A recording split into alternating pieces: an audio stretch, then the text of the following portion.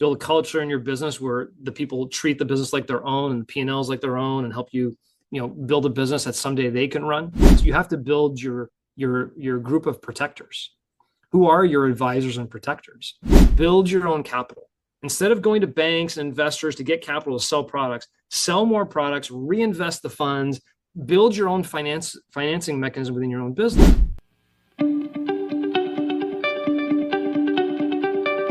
What one key piece of advice would you like to give the entrepreneurs watching and listening today? Do things the right way. Bring on the right people. Nurture the right people. Mentor the right people. Build your own cash flow for growth. Don't be so, I want to grow too, but grow at a pace where your company can afford to grow, control more of what you control, and make sure it aligns to your life plan. Hey, and welcome to another episode of the Business Growth Show. I'm your host, Ethan Cassiotis, and today I have an awesome guest. His name is John St. Pierre. He is an entrepreneurial executive with 25 years of business leadership experience who has co-founded and grown two companies over 50 million in revenues. And John began his entrepreneurial career in 1995 while a college student as a franchisee for college pro painters. And upon graduating with a Bachelor of Science in Accounting, University of Southern Maine, he continued to develop his entrepreneurial skills as a general manager for College Pro. And after the dot-com crash in 2001, John took a role as president of WorldAtMyDoor, an e-commerce platform for small businesses, which was successfully sold in 2002. And in 2003, John co-founded two companies, Select Sports Management, which was rebranded Legacy Global Sports, and Rhombus Services. And Legacy Global Sports, a global youth sports management company founded in 2003, rapidly rose to 50 million over in global revenues before John was replaced as CEO in 2018. And meanwhile, Brandpoint Services, a national commercial contracting and project management firm founded in 2003, is a $100 million plus company to which John is the majority owner and chairperson. Welcome, John, and thank you for being on the Business Growth Show. Excited to be here. Thank you very much for having me. You're welcome, mate. I'm sure it's going to be an amazing show for everyone watching and listening today. And you are a successful entrepreneur. So yeah, for those people who don't know who you are, introduce yourself, tell us a little bit more about you and your journey. Yeah, thank you very much. And I appreciate the intro. And, during that journey you just articulated, yes, I did grow two companies to north of $55 million in revenues, but there's something missing in the story that you shared, which is the first one, the sports company. I lost after 15 years of growing it to north of $55 million in revenues. 15 years, Ethan, like 15 years of building this business, putting blood, sweat, years, tears, everything I had into it as a startup of $0 with some friends to north of $55 million in revenues and losing it like that. Made some big mistakes, put myself in a vulnerable position that I learned a lot of lessons from. And it was those lessons I learned from a massive business failure that I then found the principles of entrepreneurial success. So I'm never going to do that again. I'm going to do this instead, and applied those principles to another company that I was a co-founder in, and successfully grew that company to north of $100 million the right way. And so that's really my preach right now to entrepreneurs is there are ways to grow your business, and you're the business growth show. Sometimes a lot of entrepreneurs know how to grow, but there's ways to grow properly, and there's ways to grow that put yourself and the company in vulnerable positions where one day you could lose it all like I have. And that's a position that, if I can talk to any entrepreneur about my lessons and my learnings, that's why I'm here with you here today. Yeah, amazing. What a story, right? And I think a lot of people, on the podcast or on content, they talk about like all the success and all these things, but there's so much failure and challenges. And then, you could get to a point where you lose it, and then you come to this crossroads, right? Where it's, am I going to continue and rebuild with, the mindset and the skills that I've done, but do it differently, or am I going to, change and just settle, which is not obviously what we want to do there. So I guess, let's just talk about that moment, right? When it happened, because I think this is really powerful, because there's probably a lot of people out there that are maybe on the brink of this, right? Or it's happened, or it could potentially happen. What were you thinking to go, okay, this has happened now. Like, what's my next step, for this point forward? Yeah, well, as you can probably imagine, it was a devastating moment. It wasn't that long ago. It was around 7 years ago. And I'll never forget, being in the boardroom, finishing up the board meeting, And one of my partners asking if I could stick around for an extra minute to have a conversation with him, and him letting me know that the board was terminating me. And I like this look of, what are you talking about? Like, this is my company. Like, I started this. Is my vision, my mission, my best friends working in this business. How can this possibly be? Like, this doesn't make any sense. And the backstory to that was 6 months prior, we raised $20 million of private equity capital, and they put the money in and determined I wasn't the right person to take them where they wanted to be. It would have been good to know that before they put the money in, because I also put money in that round as well. And to drive home, Ethan, and call your wife, who's been supporting you the entire way, who also recommended against raising capital or against growing too quick, and saying, "Are you sure that's what you want?" And calling her and saying, "I think I just got fired. I'm on my way home now," and then having a 3-hour ride to just replay the last year or two in my mind to figure out, like, what just happened here. And to get home and see my 8 and 10-year-old, I could tell my wife had just told them that dad had a bad day at work situation. And quite honestly, to embrace her and say, "I'm sorry, I messed up." And that was tough. That was tough. And then from that moment forward, you wake up the next day and you no longer have access to your email. Your calendar's empty. No one's calling you. Like, it's just like, your life just changes overnight from this fast paced movement to, like, what just happened? I took a year. It took me a year of reflection. Introspection was a major key. Gratitude for what I did have, that this wasn't the end of the world. This was a pathway, and there's learnings in here, and how do I get it? So I had to pick myself up off the pavement and say, okay, what did I learn here? What went wrong? How did I put myself in this position after 15 years and having nothing to show for it and be gone? It was really devastating. But then you get perspective. I have my health, I have my wife, I have my family, I have my kids, I have my intelligence, I have my learnings. What do I do with this? There are a lot of people in the world that don't have the things that I'm grateful to have at that particular point. So perspective comes in, gratitude comes in. And then a little bit of, well, I'm going to show you, like, what did I learn here? I'm going to go take my learnings here and make sure I apply them the right way so I can rebound a lot faster. And then the resiliency of the entrepreneur jumps into motion. But I learned a lot in those moments. Yeah, amazing. What a story there. It's really powerful. I think the reflection, introspection part, right? That's the key there for everybody. So then you can go unpack that all and going, okay, what will I do differently next time? And it's interesting to talk about private equity. I was just at a 2-day, actually the last 2 weeks, I've been to two 2-day events, private equity, M&A, a guy that's done billions in exits and all these things.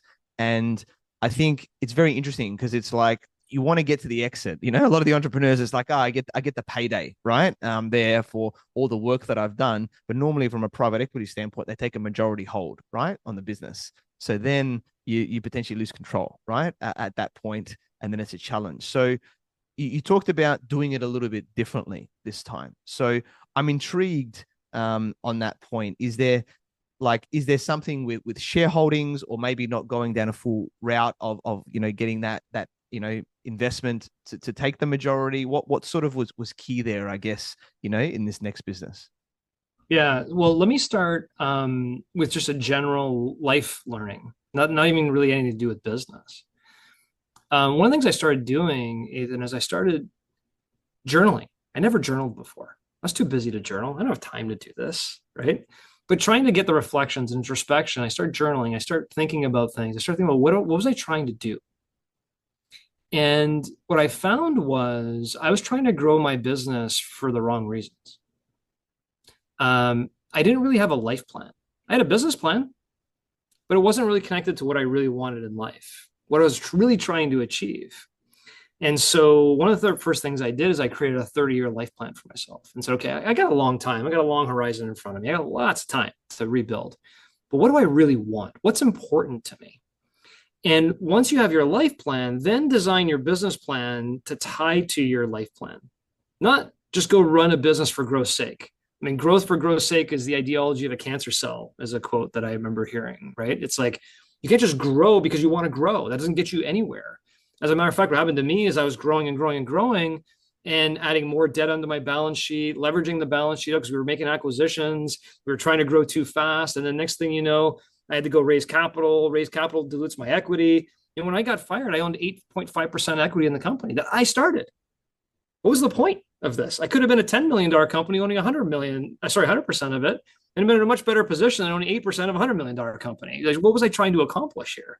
So I didn't have alignment between my life plan and my business plan. That was a massive, massive life learning that I had that goes above and beyond any business concept.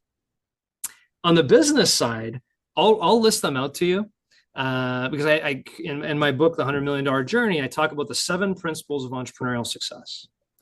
And in all 7 of these principles, I violated in the failure. And all 7 of the principles I applied the right way in my further business. And as I interviewed entrepreneurs like yourself and went through these 7 principles, they're all like, oh yeah, that's a big one. I've seen that many times over. So you'll connect with these. Principle 1 is protect and grow your equity at all costs. You got to protect your equity. Do not give away your equity loosely to employees or people joining. Try and not raise capital if you don't have to raise capital. Grow the company with your own funds. Retain as much equity as you can. Buy more equity in your company as you can. Don't dilute yourself over time, right? So get your equity position in place, because that's when you exit, you will make wealth in your business as equity. Principle 2, which I would argue is probably the biggest learning I had in this whole thing, was build your own capital for growth. Build your own capital. Instead of going to banks and investors to get capital to sell products, sell more products, reinvest the funds, build your own financing mechanism within your own business. There's an article I read called "How Fast Can Your Company Afford to Grow?" And we could talk about that in a minute, but I learned all those lessons. You got to build your own capital to fuel your engine to grow, because if you don't build your own capital, you can go hat in hand to investors and bankers. Principle 3 is reinvest smartly. That's the chase of shiny object syndrome, which I did plenty of that, taking good profits and putting into bad ideas. Principle 4, build a culture of entrepreneurship. Build a culture in your business where the people treat the business like their own and the P&Ls like their own, and help you, build a business that someday they can run. Principle 5, protect the house. Do vulnerability assessments on your business, your agreements, your own agreements, employment agreements, legal agreements. Like, don't take them loosely. Operating agreements, like, take those really seriously. Principle 6 is how to move assets from your balance sheet to your personal wealth balance sheet, so you don't build a company for 15 years and walk away with nothing. And principle 7 is how you move from CEO to chairperson, so that someday your business can be a passive investment with people that are qualified running it, so you can go pursue other interests and not just have all your eggs in one basket. So those are the 7 principles of entrepreneurial success. I'll go wherever you want to go in all of those, because I'm sure you can connect with a lot of them. But those are the 7 principles I learned, and I talk about in my book, that you just simply cannot violate.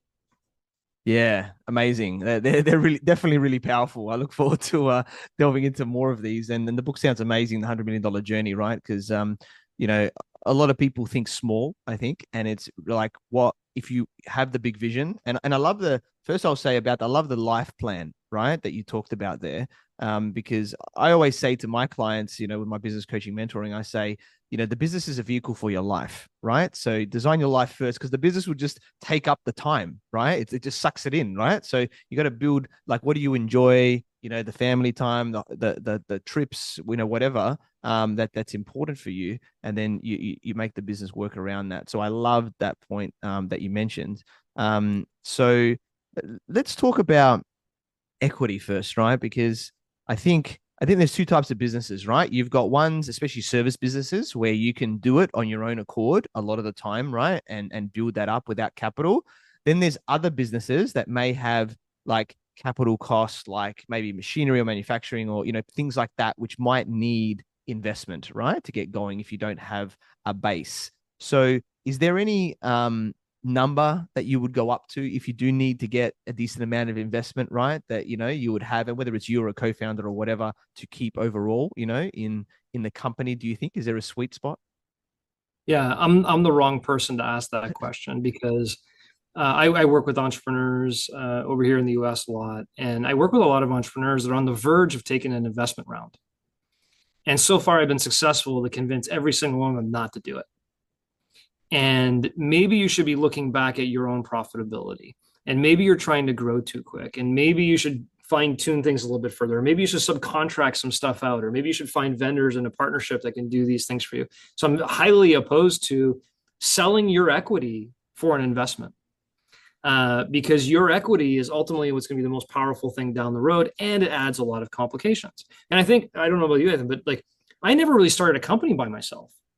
Like call me a hypocrite, but like I would always want to partner with somebody. Hey, yeah, I just met you last week. I got a good business idea. How about 50-50? We'll go do something. How many of those partnerships work? They don't. So I think it's really, you should really, really think when you're about to start a venture, what do you really need? And a lot of people as well, entrepreneurs, they'll hire a VP of sales or somebody very important. Oh, I'm going to give them 10% of the company. Biggest mistake you could ever make, right? You haven't calculated the terminal value of that equity when you exit someday, how much you're actually giving that person of your own equity if you do things right.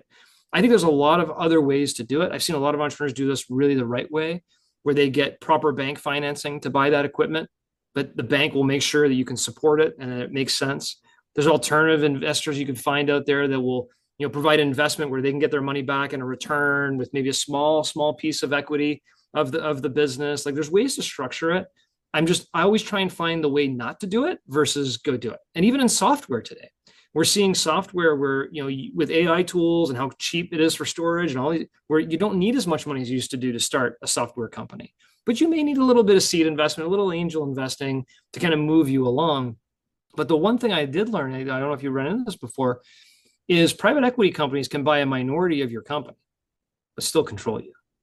It's in the operating agreement, right? It's in their veto rights and what they can do and what they don't do. And it's all math for them from that perspective. So if you are going to go find investors, get seed money to maybe get you started, but then get your business to the point where it generates enough cash flow and enough net operating cash flow that you can reinvest that in your business. Don't take it out in the first few years to pay for your house and pay for your car. Like it's not going to work. If you take the money out of your business, you got to keep reinvesting it for a few years to get that machine going.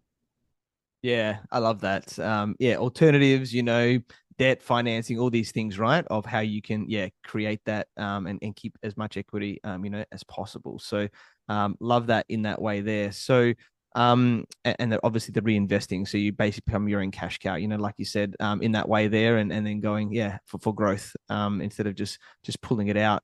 Can I dive into that just one more topic? I think it's a one that hits home to entrepreneurs. Is that article I talked about? There was a Harvard Business Review called "How Fast Can Your Company Afford to Grow?" Well, when I was growing my sports company, I was like, hey, 50% a year, 60% a year. We couldn't afford to grow that much. So we were putting so much load on our business and our balance sheet, we couldn't afford to grow. And if you put the calculator to it, we could probably grow 15% a year. But I was trying to grow 50% a year. Well, if you're trying to grow 50% a year, but your cash flow is telling you only have enough for 15%, where does the other 35% come from? Investors, banks, load on your balance sheet, putting yourself, behind the ball. If you know how fast your company can afford to grow and you grow at that pace, but you keep the funds in the business and you keep reinvesting smartly, your ability to grow will continue to increase. So one day you can grow 50% because you have the capital to go do it. But we're always in a rush. We want to do it way too fast and we go way too far over our skis. And I think that's the big problem that we encounter as entrepreneurs.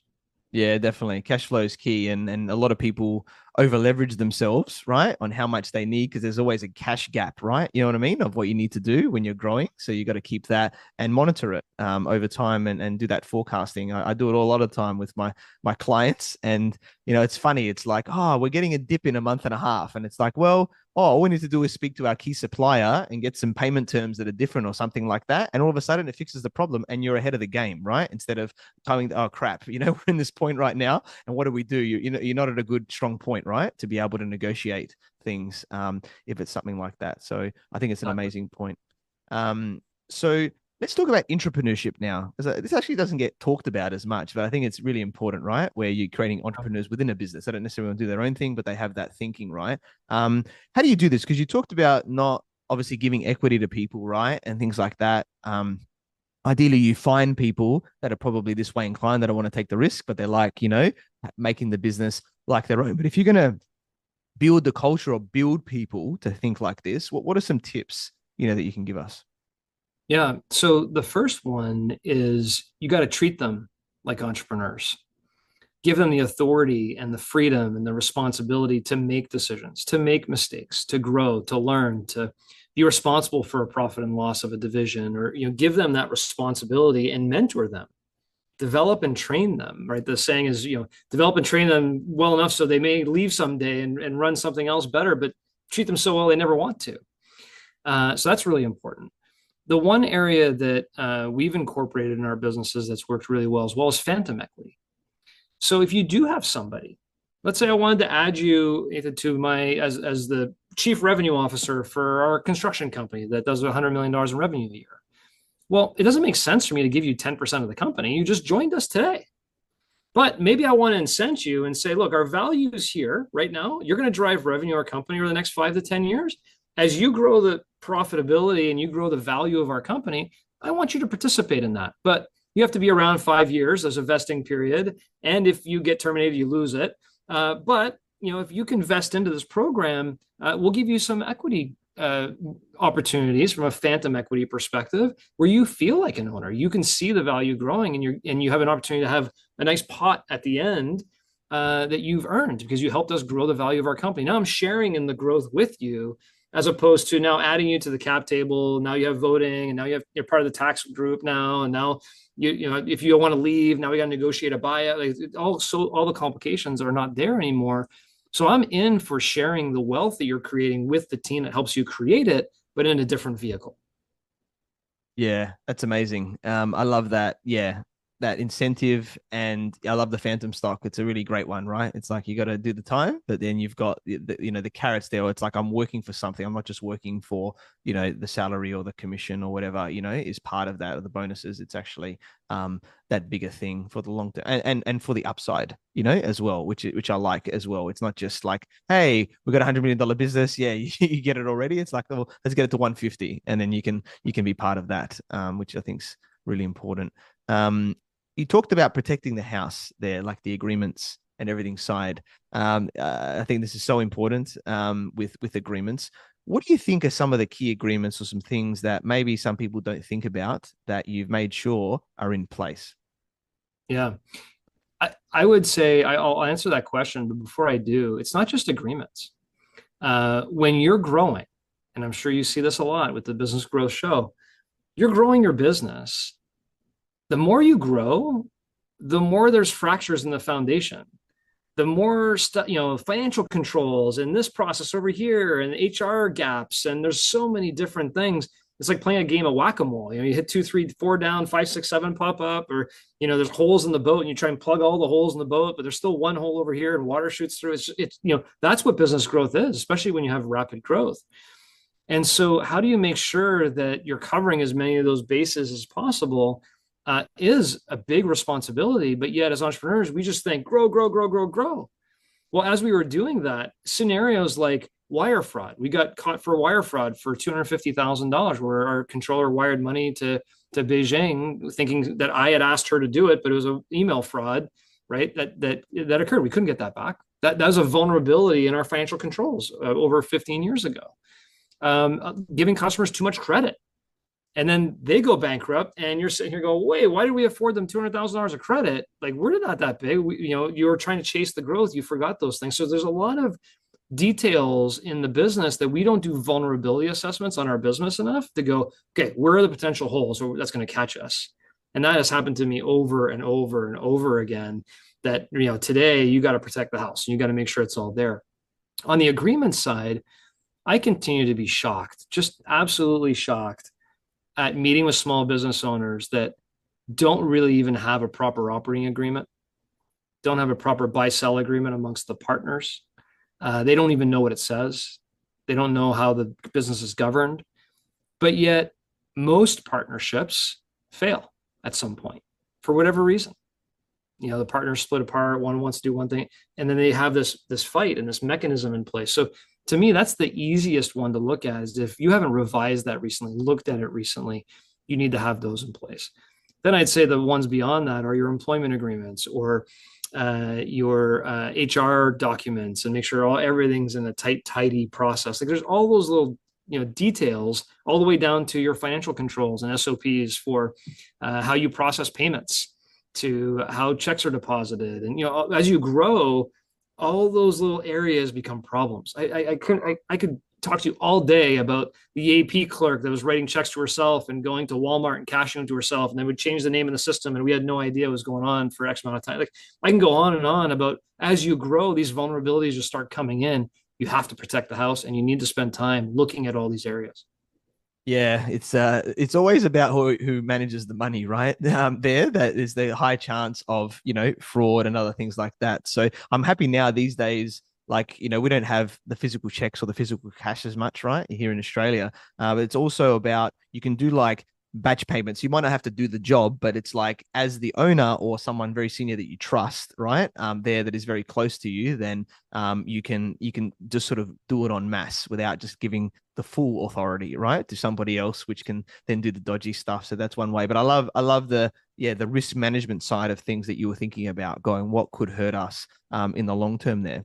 And I understand, the shareholders agreement, how if you want to exit the relationship and, the partnership there, that makes a lot of sense. I think what doesn't get talked about as much is the operating agreement. I think this is an interesting one for people, where it's like, how are we actually going to do business? Who's doing what type of thing, especially between like partners and things like that, right? Is there. So do you want to maybe just talk about some things that could be important to have in the operating agreement, so everyone is clear on how, we're going to do business? Yeah. I say, this on the first premise, I think everybody should go into operating agreements um, with the knowledge that most partnerships fail. And, if when I married my wife, I approached her and said, "Hey, I want a prenup," she probably wouldn't have received it too well. What do you mean this isn't going to work? What do you mean we're going to do this? And but in a business partnership, I think it makes sense to have that conversation up front, and think about all the situations that could possibly happen before it happens, as opposed to after. And yet, I know a lot of people who just sign the document, have no idea what it says, don't hire legal counsel on their own to review their agreements, and don't make sure that all these bases are covered. Certainly the big one is not only who's making the decisions in the company, but who has the opportunity to voice in different areas. Like, there's a lot of minority partnerships, as an example, where you're a minority partner and you really don't have any rights, none. Those are very dangerous situations to be in, where the majority owner, if there is a majority owner, really controls everything, including they can change the operating agreement whenever they want, or they can decide whatever they want to do. And if you're a majority owner that is looking to bring investors into your company or partners into your business, how do you protect yourself, because you are the majority owner? And I think I shared this earlier. Maybe I didn't, but in the case where I got terminated, the group that kind of led that was the private equity firm, who was a minority owner. But they were able to corral everything because they were so powerful in the group to get everybody on board with what they wanted to do. Even though other people didn't agree with it, they had so much power in the group because of what it said in the operating agreement, that, well, if you guys don't do this, we're going to veto everything. And we're going to just be this pain in the butt because we have veto rights in this agreement. So, just having, there are some pretty standard obligations that should be included in every operating agreement. But one of them is just understanding what you can or can't do in plain English, and having your own counsel. I'll say this with last piece. I always used our company counsel to write our agreements. I never actually hired my own counsel. And that was something I learned real quick. I treated the company counsel like my counsel, but the company counsel was worried about the company's documents, not about John St. Pierre. And so now, as I go into new agreements, we have the company counsel, but I have my own counsel who's really looking through the agreements, asking me the tough questions, and taking some time and a little bit of investment up front to make sure you're not getting yourself into a situation that you'll have a hard time unwinding later. Yeah, that's amazing. One question I'm thinking about here is, let's say there's a business partnership, right? There's two, co-founders, and they're getting investment. And let's say there's an equity portion, right? Like a small equity portion. It's not necessarily a private equity, but there's an equity part, but they still own the remaining 50%, right? That's left over. And maybe one's taking on a CEO, one's a CFO or COO role just because of their background, but technically they both would have, I guess, equal voting rights, right? In that area there with that area. So is there any tips or things that you could give people to make sure that, ideally there's a mechanism for them to make decisions, whether it's one person or the other, or, is there a way to make sure that they move forward, that, even though they are aligned in that agreement? Yeah. Yeah. So you're suggesting these two would be 50-50 partners? Yeah. So let's say, I don't know, let's say equity is like 20% that they've gotten some cash into the business. Yep. And then they own 40% each, of the remaining. Okay. So Okay. like that. Yeah. That's different, right? Because I like that situation because both partners, the one thing I would caution is both partners should feel really comfortable with this person coming in. Because if you and I are partners and I ask my father to invest 20% into our company, and now he owns 20%, I own 40 and you own 40, guess what happens if I want to do something and you don't? I get my father on board. Now I have 60% over your 40. That's what we're doing, right? So there's a lot of things you got to be really, really, really careful there with, and knowing who that third person is, who potentially is going to have voting rights, is very, very, very important. We see a lot of this a lot of times. I'm sure you do as well, where people own the business 50-50 and they just get deadlocked all the time because they have differing opinions on how to do things, and they got to try and buy each other out, or that becomes a pretty big mess. So, there are mechanisms. One is, who's the manager here, right? So I'm not sure what the laws are over in Australia, but here you could have member-led, where all the members that have equity have different, rights to vote. You could have manager-led, where we've decided you're going to be the manager. Here are all the things you can decide. You just can't decide to go buy another company or take on more debt or do this unless you have majority rights. Or, there's certain ways to structure it like that. But you'll be surprised. There are a lot of companies where the minority founder has super rights. We see that a lot in some big companies, like the guys at Google. They own a minority of the business now, but they have super founder rights where they can do X, Y, and Z. So I think there's a false premise that because you own a minority, you cannot have these rights. Everything's negotiable in these operating agreements, and that's why it's so important to make sure you diligently understand what's in there. Yeah, I think that's an amazing point. know what's in there, whether it's yourself, your partner, or the investors, everything like that, on what you can and can't do, and really flesh that out. Take that time. So love it. Really, really powerful.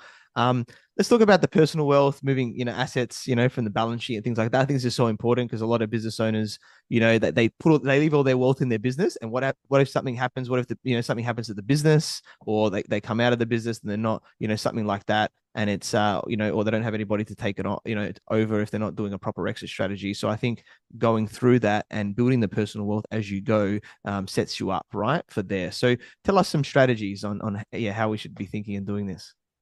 Yeah, I think both sides of what I'm going to say is true. One is, as you said, they keep way too much of their equity in the business, and maybe someday something happens and they lose it and they never got it out. And the opposite is true. A lot of entrepreneurs take way too much cash out of their business every single year because they want to live the lifestyle, and then the business doesn't have the cash to grow. So it doesn't continue to grow. So I think both sides of that are true. And, what I talk a lot about is, if you really want to build a business that's going to create wealth for you, you should try and reinvest as much of your profits into that business as possible. Why? That will protect your equity, because if you have more cash to reinvest in the business and more cash flow in the business, you need less banks and investors to grow. It's compounding. It'll increase your ability to finance your growth as you reinvest more capital back in your business versus taking it out of the business. And one of the lines that I have is, everything changes at $1 million. If you can make $1 million in net operating cash, everything changes. Your life changes, your ability to extract wealth out of the business changes, everything changes. But yet entrepreneurs are unwilling to make the tough decisions to grind it out to get to that $1 million of net operating cash flow. They want to keep the highly paid people that aren't working. They're not willing to really focus on their margins and pricing. They want to take more money out of the business that takes the cash you need to fuel the growth. If you can bear down to get to that level of income, now you can extract some of that to invest in other passive investments you want to have in other areas, right? And be able to pull some of that money to enjoy the fruits of your labor, because the business will still have tons of operating cash to continue to grow. There are many other tools that I talk about in the book that are tax efficient, that may or may not apply in Australia like the US, but One of them is captive insurance policies where, we own a captive insurance company, as an example, that provides our companies extraordinary insurance coverages that those companies pay for. But I own the insurance company and I have it as a captive. So I get, 95% of profits will come to me, but my companies get the actual coverage and they get the tax deduction. So my companies get the tax deduction and the increased risk protections. And I'm building up another asset over here. So it keeps more money in the family versus taxation and risks for liabilities and those kinds of things. We have, 401k profit sharing type plans where we can give more to the employees and to ourselves as owners of the business into our retirement plans. That's tax deductible to the business. So the company's paying less money in taxes, but more money going to the employees and the team to grow the business. There are a lot of ways to move your wealth on the balance sheet from, balance sheet A, the business, to balance sheet B, the person. But you have to be very strategic about it. And it can't just be, I'm taking money out of the business to go buy a boat. Not in the early years anyway, not until you get to that line where you can afford to do those things. So we talk a lot about those strategies in my book. And I think the big part is you got to get fuel in your business to grow. And then once you get to a certain point, then you can start strategically moving assets to your personal balance sheet at a rapid pace. Yeah, love that. So amazing. Let's talk about the final one, which I think is a really powerful one, which is moving from CEO to chairperson, right? And whether you're the single founder or whether you're co-founders and you've got that CEO, that C-suite role, right? It's like, I guess, taking that step back a little bit more, and doing it. So let us, for the people that maybe don't know, maybe tell a little bit about the differences, and then I guess a bit more on the transition as well. Yeah, well, the differences sometimes are more in a naming convention that we're used to than reality. Um, I'll say this: if you protect your equity, if you build your own cash flow for growth, if you reinvest smartly, if you build a culture of entrepreneurship, if you protect the house and you're able to move assets to your personal balance sheet, that's when number 7 comes in. That's when you can work on the business instead of in the business. You can promote people from within your business to run the company so you can actually go invest in other areas. And that may be family, that may be service projects and charity, that may be starting new businesses or investing in real estate or doing other things to diversify your own wealth portfolio. But if, we talk about investing in mutual funds, you should never just go buy one stock, put all your investment in one stock. But yet as entrepreneurs, we put all our wealth in one business, all of it. And years and 15 years I spent with one business. Like, we spent all that time in the weeds of that one business. That's not very smart. Why not build a business that others can run with you and for you, so you can actually go invest in other areas and build up other assets for your portfolio? Guy Kawasaki, the Rich Dad Poor Dad, right, talks about 5 different types of assets. One of them is building businesses. But if you're just building one business and that's the only thing you're doing, you're creating a lot of risk there. The person running our $100 million construction company, I hired in 2005 as a sales representative. He's now the CEO of the company. I don't have to work there every day. He's a great operator. Helped grow our company from $15 million to $100 million in revenue. He's now a partner of the business, did really, really well for himself, right? I want to go work with entrepreneurs like that maybe initially are entrepreneurs, but we can develop into entrepreneurs. And so now I can work on the business with them. I can be very, very strategic. I can come in surgically and help in different areas, but then also I have other interests. I do coaching of entrepreneurs. I have 5 or 6 other private companies that I work with the entrepreneurs of those businesses. And it fulfills my bucket to not just have this one entity that I'm working in, but that takes time. That business has been around for 22 years. So it takes time to build. You got to have that patience to continue to reinvest and grow. But that ultimately, in my mind, I think you talk about this a little bit as well yourself, which is, having diversification a little bit in your business assets is really, really good. And the one way to get there is principle 7, become the chairman of your business. But you cannot get there if you violate principles 1 through 6. Just can't get there. Yeah, amazing. I love it. And let's just one step further, right? Because technically you would have a board of some sort potentially, right? As you're getting bigger in this. Now, there could be some strategic investors like that come in and they become part of that board, right? In there, which, if you've given away equity or something, or you could bring other people in, right? That are part of that, and you are the chairperson, but then you have the other members, right, on those voting rights. So, what are your thoughts around doing that? Could it just be you? Do you think when you get to a certain point, you need other advisors, to help you in that Yeah. decision-making process? Yeah. Yeah, I love that question. In build protect the house, excuse me. One of the things I talk about is you have to build your group of protectors. Who are your advisors and protectors? You see, back when I made the decision to bring in private equity money into our company and I ended up getting fired from it, I didn't consult anybody. I knew what I was doing. I'm growing this business. I got this. Today, Ethan, I don't make a decision unless all of my protectors around the table are on board for it. My CPA, my attorney, my insurance, my wealth advisor, right? A couple other attorneys, depending on exactly what's going on, business coach, mentor. Like I don't make like if I have a big decision to make, I'm bringing all of them around the table and go, okay, should we do this or not? What's going on in tax? What's going on over here? What's going on legally? Are you guys all on board? And if one of them doesn't agree, we debate it. Like I built a team of protectors now because I don't want to make any one door decisions where if I make the decision, I can't get out and it was the wrong decision. So if I'm making a one door decision where this is a finality decision, if I make this decision, it's not reversible, I'm vetting it out like there's no other with that board of protectors. Today, based on a little bit of maybe my scars, I am the chairperson and majority owner without a board. That's kind of a principle for me is I want to own the companies that I grow going forward because I don't want to put myself in a position I was in the past.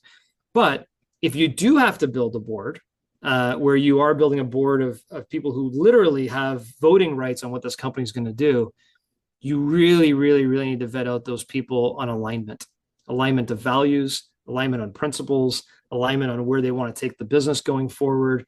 I made some critical mistakes in my past where I took it a little too loosely. Oh yeah, that person's great. Let's add them onto the board. And then next thing you know, completely different philosophy than I had, and put me in jeopardy, right? So I think it's really, really important as a founder, don't sell your equity to begin with. I'll start there and try and convince you there all day long. Retain your equity as much as possible, buy more equity, try and get more control of your business than less control. But if you have to, get some protectors around you. Get some advisors around you, not the business, not advisors around the business, advisors around you who can help guide you along the way.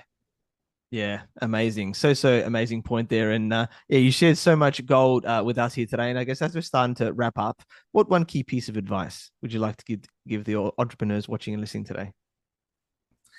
Ethan, I've been asked this question, which is, okay, you talk about a lot, you have a lot of stuff you're talking about. What's the one thing? What's the one learning, the biggest learning of all that you learned from this entire experience? And what I can come up with every single time is this concept of patient ambition. In my failure, I was very ambitious, but I had no patience. I wanted to grow. Let's go as fast as we can. Let's get to 100 million in 5 years. Let's make this thing happen. And I went right over the cliff. And you don't want to have patience with no ambition. That's no fun. I still want to grow businesses. I'm a very hungry entrepreneur and grow, but now I have so much more patience. I don't need to get to this dollar amount next year. I got a long horizon. I think we sometimes underestimate how much time we have. I've only been in the business world for 30 years. I'm 50. I got another 30 years ahead of me. Why am I in such a rush? Do things the right way. Bring on the right people. Nurture the right people. Mentor the right people. Build your own cash flow for growth. Don't be so, I want to grow too, but grow at a pace where your company can afford to grow, control more of what you control, and make sure it aligns to your life plan. If you do that, you'll have happiness through the growth and you'll achieve the business of your wildest dreams. Yeah, amazing. Love that. Very, very powerful. And yeah, we connected through our networks, learned about your awesome journey, with various roles to then founding, two businesses over 50 million in revenue, and 100 million plus. An amazing book. I love these 7 principles, that you've shared with us here today. And they're really the next level, right? It's not just the standard stuff that you're talking about here. It's the stuff that makes the difference, right? In the bigger decisions there that a lot of people don't think about. So I think, it was a very powerful episode, that you've shared with us here today. So, I'm very grateful, that we connected. We got to have this conversation and look forward to partnering and seeing how we can do things as well, mate. So, John, how can people find you and get in contact with you?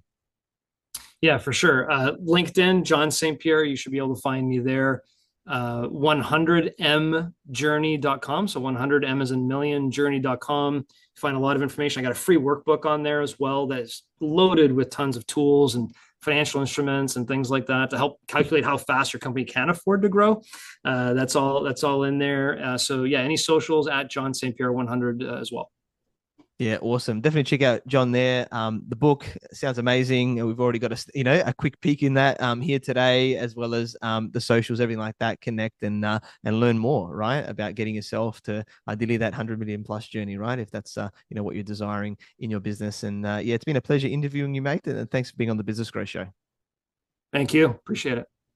Thank you for watching and listening to the Business Growth Show, where we talk about everything on business growth. And please like, subscribe, and leave us a 5-star review. You can find me on LinkedIn, Facebook, Instagram, and YouTube as Ethan Cassiotis, or visit my website, ethancassiotis.com. And if you want to grow and scale your business, you'd reach out to me on any platform to see if we're a good fit.